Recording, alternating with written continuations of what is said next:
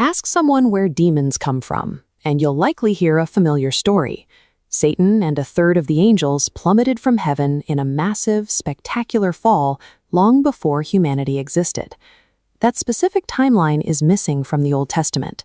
It gained its popularity much later, through church tradition and works of literature like John Milton's Paradise Lost.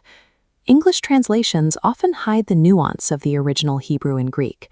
By collapsing various ancient terms into generic words for evil, we lose the complex spiritual hierarchy understood by the biblical writers. When we look through the eyes of the ancient Israelites, we find a sequence of supernatural betrayals rather than a single event. These three distinct rebellions, occurring at different points in history, work together to fracture the relationship between the human and divine worlds. The first rebellion begins in Eden. A member of the divine council acts out of hubris, deceiving humanity to seize control of God's new creation for himself. This deception introduced a permanent barrier. Humanity lost its access to God's presence and, for the first time, became subject to the reality of death. As punishment, the rebel was cast down to the earth and the underworld. In the ancient Israelite worldview, he became the ruler of this dark realm, the Lord of the Dead. This figure, later called Satan, weaponized mortality to ensure that every human life would eventually end in his domain. The second rebellion occurred just before the flood. Ancient Jewish tradition identifies Mount Hermon as the site, where a group of heavenly beings called Watchers crossed the boundary into the human world. Their crimes were twofold. They fathered the giants and exposed humanity to forbidden esoteric skills, including warfare and sorcery.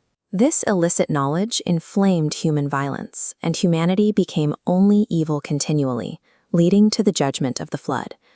Though the flood destroyed the giants' physical bodies, their disembodied spirits remained. Cursed and restless, they wander the earth as a spiritual blight. By the time of the New Testament, Jewish literature like the Book of Enoch had firmly linked these ghosts to the unclean spirits encountered by Jesus. These were the lingering shadows of the Second Rebellion. The Third Rebellion took place at the Tower of Babel. Here, human arrogance prompted a final, sweeping judgment. God divided humanity into 70 nations, but did not rule them directly. He assigned them to lesser divine beings, the sons of God, choosing only Israel as his portion. These allotted guardians eventually went rogue, establishing corrupt systems and sowing injustice across the globe.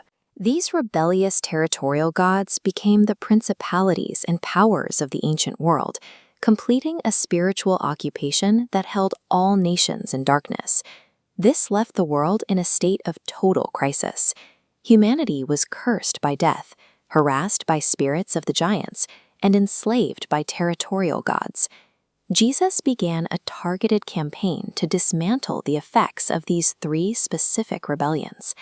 Every single exorcism he performed was a direct military strike against the disembodied spirits left over from the Second Rebellion.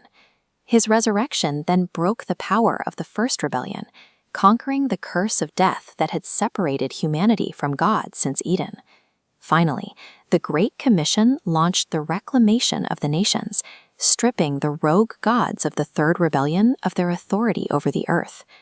The biblical narrative presents the powers of darkness as a multi-layered occupation.